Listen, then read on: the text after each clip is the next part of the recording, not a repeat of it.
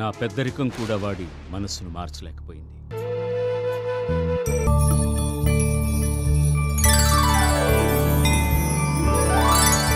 ఓంకారం నీవే, శ్రీకారం నీవే, అనగనగా కథకు ఆధారం నీవే.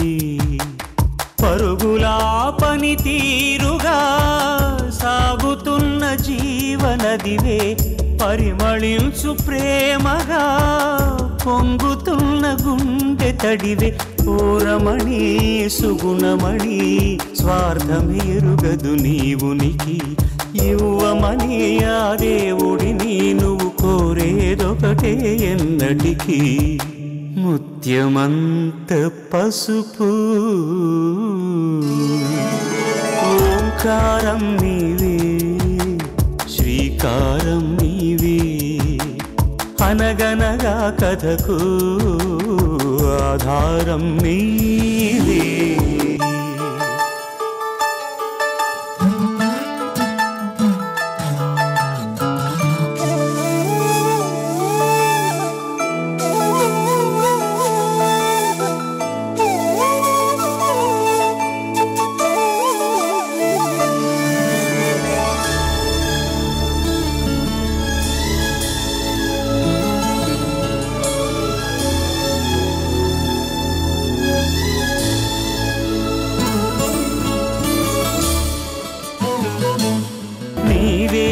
ప్రతిరూపం సహనమన్న మాటకి, నీలో ప్రతిరూపం బహుమతే జగానికి. ప్రతి జన్మకి సౌభాగ్యమై నువ్వు కోరేదొకటే ఎన్నటికీ. ముత్యమంత పసుపు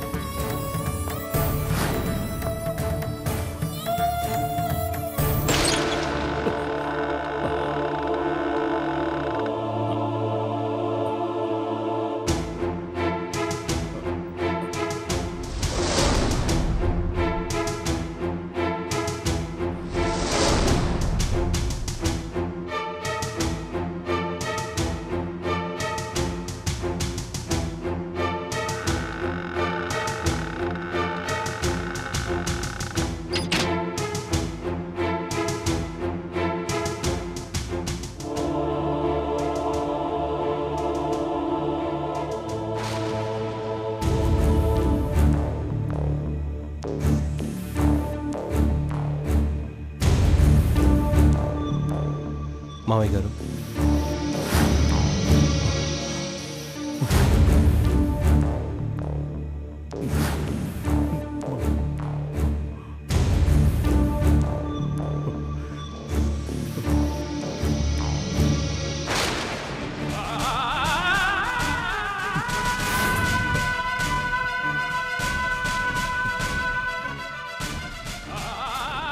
పెళ్లి పీటల మీద నుంచి లేచి వెళ్ళిపోయినవాడు మళ్ళీ ఎందుకు వచ్చాడో అనుకుంటున్నారా మావయ్య?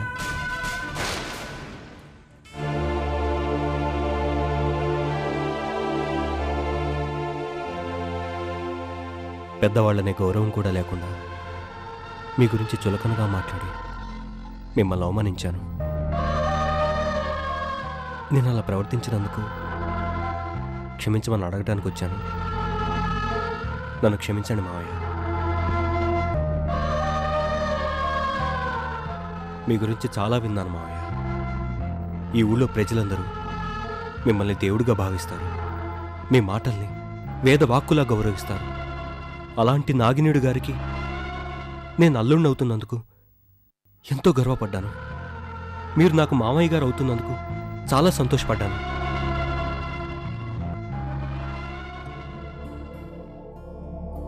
కానీ మీ అమ్మాయి మిమ్మల్ని నేను మామయ్య అని పిలిచే అదృష్టాన్ని నాకు లేకుండా చేసింది.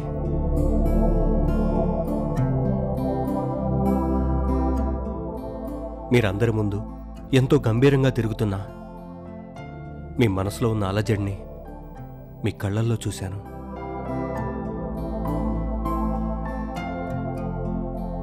చిరునవ్వుతో అందరినీ పలకరిస్తున్న అత్తయ్య గారి చిరునవ్వులో జీవం లేకపోవడాన్ని కూడా నేను గమనించాను. కానీ దానికి కారణం ఎవరికీ చెప్పుకోలేని సమస్యని అర్థం చేసుకున్నాను. మీ అమ్మ ఇంట్లో లేదని, ప్రేమించిన వాడి కోసం వెళ్ళిపోయిందని గమనించాను.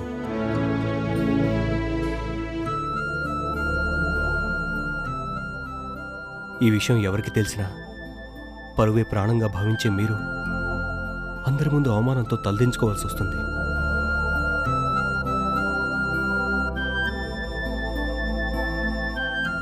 ఈ ఊరి ప్రజల దృష్టిలో దేవుడు లాంటి మీరు అందరి ముందు దోషిలా నిలబడాల్సి వస్తుంది. అది నేను చూడలేను. శిఖరం లాంటి మీరు అంతెత్తున ఉండాలి, కానీ దేనికి తల వంచకూడదు. అందుకే నలుగురు ముందు మీ పరువు తీసిన నేను ఈ 4 గోడల మధ్య మీకు క్షమాపణ చెప్పడానికి వచ్చాను. బాబు, కొద్ది నిమిషాల్లో పెళ్లిపీటల మీద కూర్చుని పెళ్లి చేసుకోవాల్సిన మీ కన్న కూతురు మిమ్మల్ని 10 మంది ముందు ప్రశ్నలా నిలబెట్టి వెళ్ళిపోతే మీరెంత నరకాన్ని అనుభవించారో నేను కళ్ళారా చూశాను. ఈ విషయం అందరికీ తెలిస్తే మీ బాధని ఓదార్చకుండా అవమానంగా మారుస్తారని భయపడ్డాను. అలా జరగకూడదని, మీ పెద్దరికాన్ని ప్రశ్నించే అవకాశం ఎవరికి ఇవ్వకూడదని అలా అమర్యాదగా ప్రవర్తించాను. అందుకే ఏదో ఒక కుంటి సాకు తీసుకుని మిమ్మల్ని నేను చాలా చులకనగా మాట్లాడాను. అందుకు నన్ను క్షమించండి. బాబు, మా రక్తం పంచుకొని పుట్టిన కన్న బిడ్డ కూడా మా గురించి ఆలోచించకుండా వెళ్ళిపోయింది. కానీ నువ్వు మా కోసం, మా పరువు కోసం ఇంతగా ఆలోచించావంటే నీలాంటి ఉత్తముడికి కన్నీళ్లతో కాళ్ళు కడిగినా అది తక్కువేనయ్యా. అలా మాట్లాడకండి ఆంటీ. ఊరంతా గుడిలా భావించే ఇంటికి అల్లుణ్ణి కాలేకపోయిన బాధ నాకు కూడా ఉంది. మనం అనుకున్నవన్నీ జరగవు కదండి. బాబు ఆకాష్, నేను ఈ ఊరి మేలు కోరాను కాబట్టి ఊరంతా నా మీద కృతజ్ఞత చూపిస్తోంది. కానీ నేను నా కూతురు లేచిపోయిందన్న నిజాన్ని దాచిపెట్టి మిమ్మల్ని అందరినీ మభ్యపెట్టాను. నేను తప్పు చేసినా నీకు నా మీద ఇంత గౌరవం ఉందంటే అది నీ సంస్కారం అనుకోవాలో, నా పెద్దరికాన్ని మించిన గొప్ప వ్యక్తిత్వం అనుకోవాలో నాకు అర్థం కావడం లేదయ్యా.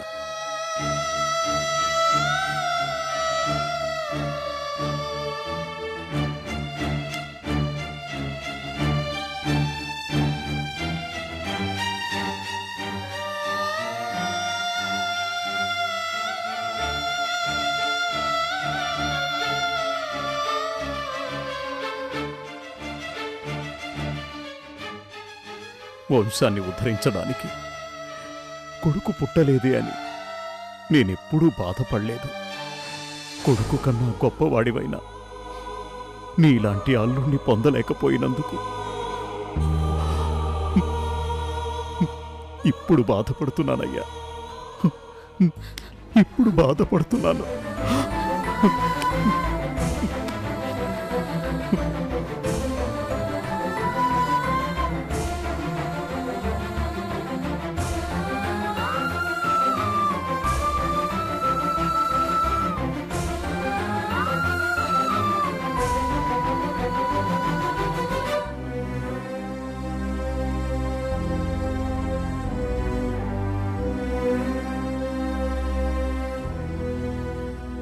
అల్లుడి పెళ్ళొద్దని అవమానించి వెళ్ళిపోయినందుకు పాపం ఆ పెళ్లి కూతురు ఎంత బాధపడుతుందో. పెళ్ళాగిపోయినందుకు ఇంకా బాధపడుతుంది పాపం. వెళ్ళొకసారి చూద్దామా?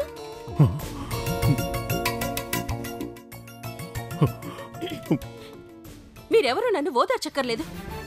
చిన్న విషయానికి అంత గొడవ చేసి వెళ్ళిపోయిన వాళ్ళ గురించి ఇంకా ఆలోచిస్తారేంటి నాన్న? ఇంత జరిగాక వాళ్ళు పెళ్లి చేసుకుంటానన్నా అలాంటి వాళ్ళు పెళ్లి చేసుకోవడానికి నేను రెడీగా లేను. అమ్మా, నీకు చివరిసారిగా చెప్తున్నాను, అలాంటి వాడి గురించి నాకు మళ్ళీ గుర్తు చేయొద్దు. నన్ను ఓదార్చాలని ప్రయత్నించొద్దు.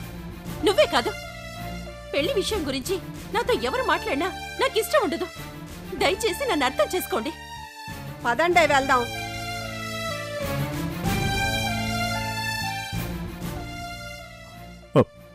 వాళ్ళు వెళ్ళిపోయి ఉంటారు, మీరేం టెన్షన్ పడకండి. మీ అమ్మాయి వెళ్ళిపోవటానికి కారణం తన ఇష్టాన్ని, అభిప్రాయాన్ని మీరు ఒప్పుకోరనే భయం అయి ఉండొచ్చు.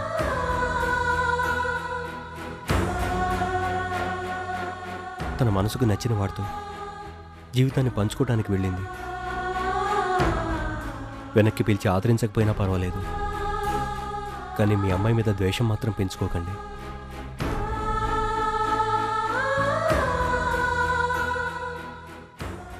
మీ అమ్మాయి మనసును అర్థం చేసుకోవడానికి ప్రయత్నించండి. మీకు చెప్పేటంత వాణ్ణి కాదు, చెప్పినందుకు నన్ను మన్నించండి. వస్తాను.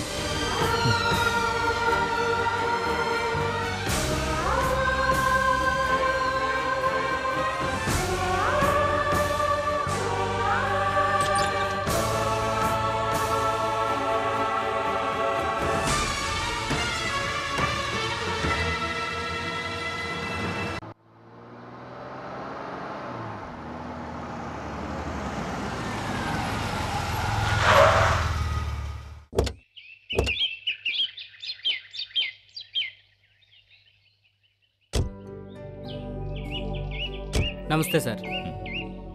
రండి. ఎవరికో పెళ్ళని చెప్పారు, వీళ్ళకేనా సార్? అవును, వీళ్ళే. రండి బాబు, రెండమ్మా. పదండి. రా. పంతులు గారితో మాట్లాడావా? మీరు ఫోన్ చేయగానే పంతులు గారితో మాట్లాడాను సార్. పెళ్లికి కావాల్సిన సరంజామా అంతా కూడా పంతులు గారి చేత లిస్ట్ రాయించారు సార్. సరే, రేపే మీ పెళ్ళి. మీరేం మొహమాట పడనక్కర్లేదు. ఇది మీ ఇల్లే అనుకోండి. సాంబయ్య. అయ్యా, వంట అయిందా? మీరు వస్తున్నారని చెప్పాక కూడా చేయకుండా ఎలా ఉంటానయ్యా? మీరందరూ వెళ్ళి స్నానాలు చేసిరండి, నేను ఈలో భోజనం వడ్డిస్తాను. సార్, మేమెవరో కూడా మీకు తెలీదు. అలాంటిది మమ్మల్ని సొంత మనుషుల్లా మీరు మీకెలా థ్యాంక్స్ చెప్పాలో కూడా మాకు అర్థం కావట్లేదు. అభిమానించడానికి, సహాయం చేయడానికి సొంత మనుషులు అయి ఉండక్కర్లేదు. ప్రేమించుకున్న మీ ఇద్దరికి పెళ్లి చేయడం నా బాధ్యతగా భావిస్తున్నాను. నేనుండగా మీరు దేనికి భయపడాల్సిన అవసరం లేదు. ఎటువంటి టెన్షన్స్ పెట్టుకోకుండా సంతోషంగా ఉండండి.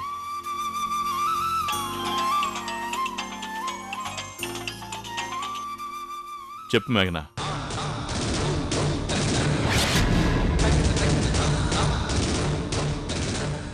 ఎప్పుడు? సరే, నేను వెంటనే బయలుదేరుతున్నాను. వంశీ, నేను అర్జెంటుగా మా ఊరు వెళ్తున్నాను. రేపు ఉదయానికల్లా వచ్చేస్తాను. రేపు మీ పెళ్లి జరిపించే బాధ్యత నాది. మీకేం కావాలన్నా సాంబయ్య చూసుకుంటాడు. శ్రీనివాస్, సార్, వీళ్ళకి ఏం కావాలన్నా దగ్గరుండి చూసుకో. ఓకే? సరే సార్, వస్తాను. మీరు రండి బాబు, గజ్జి చూపిస్తారండి.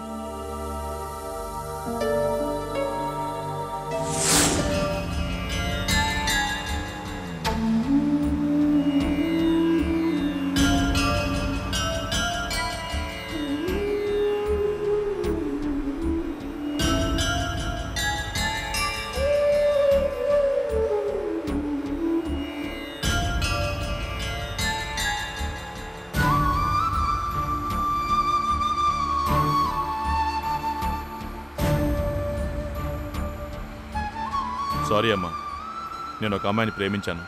పెళ్లి చేసుకుంటానని ఆ అమ్మాయికి మాట కూడా ఇచ్చాను.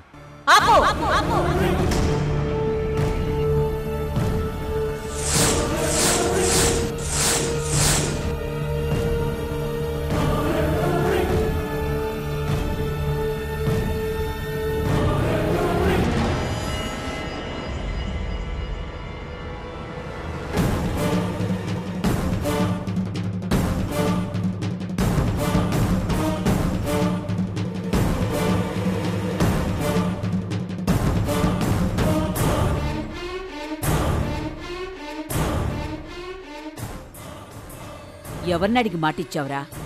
చెప్పు.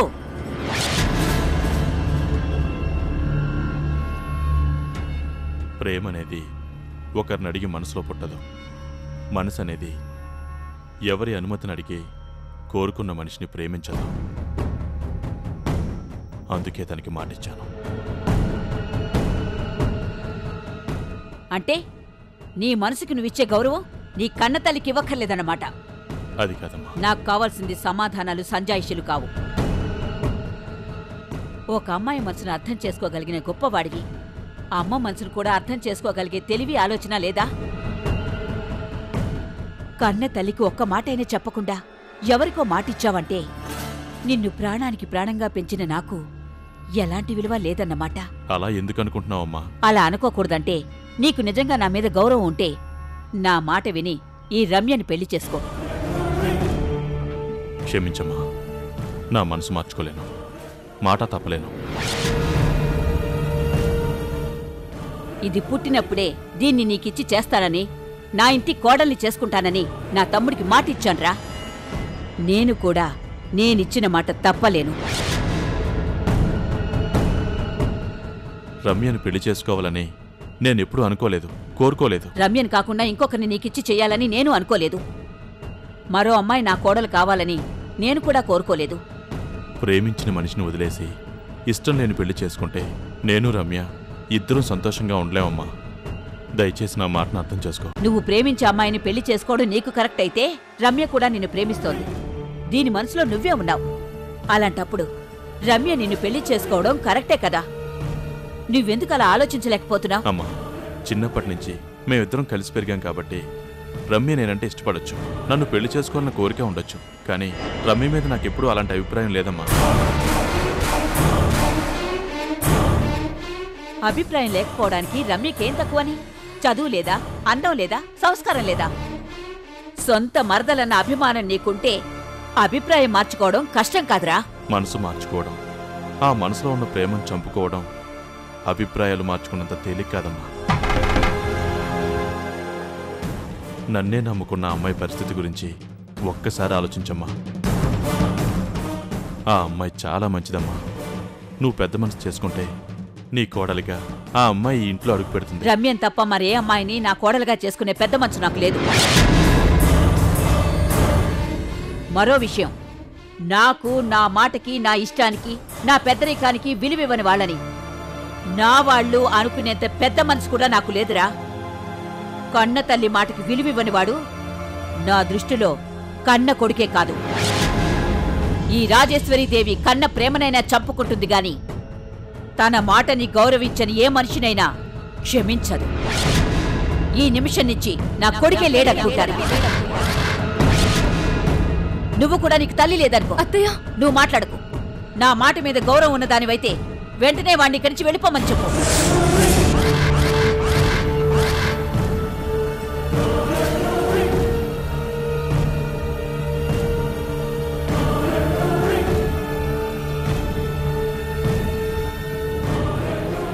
అమ్మా, 2 నిమిషాలు నీకు టైం ఇస్తున్నాను. ఈలోగా నువ్వు వెళ్ళిపోతావో లేక నేనే వెళ్ళిపోవాలో ఆలోచించుకో. నేనంటూ చస్తే నాకు తల కొరివి పెట్టడానికి కూడా రావద్దు. అమ్మా,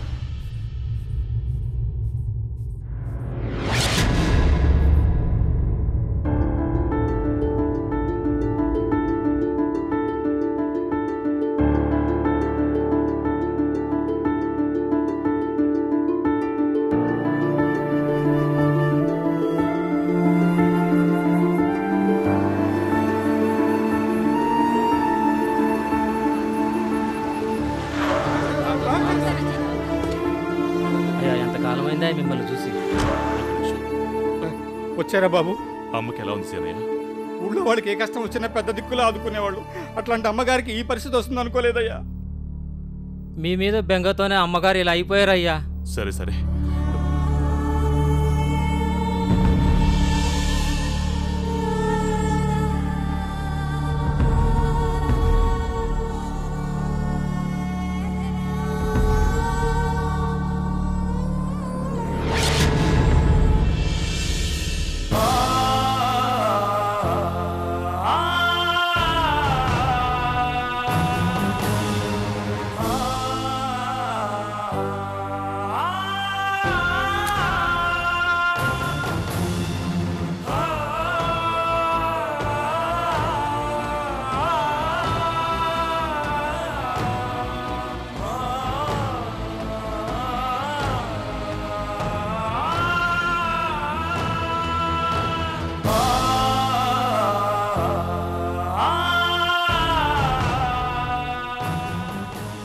అమ్మకి ఎలా ఉంది మేఘన?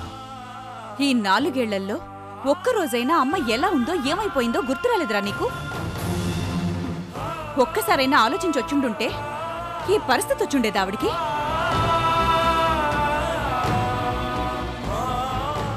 ఆంటీకి మైల్డ్ స్ట్రోక్ వచ్చింది. రమ్య దగ్గరే ఉంది కాబట్టి వెంటనే నాకు ఫోన్ చేసింది. ఇన్ టైంలో ఇంజెక్షన్ చేశాను కాబట్టి ప్రస్తుతానికి ప్రమాదం తప్పింది. కానీ చాలా జాగ్రత్తగా చూసుకోవాలి.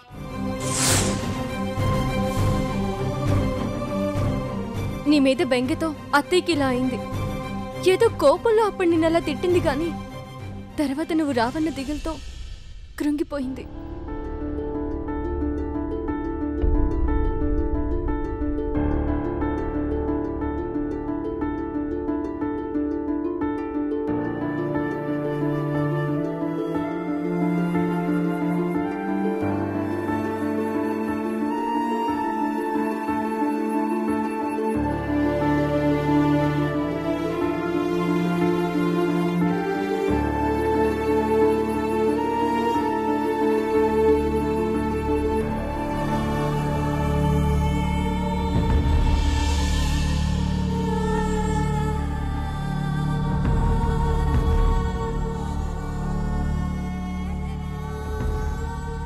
అమ్మా,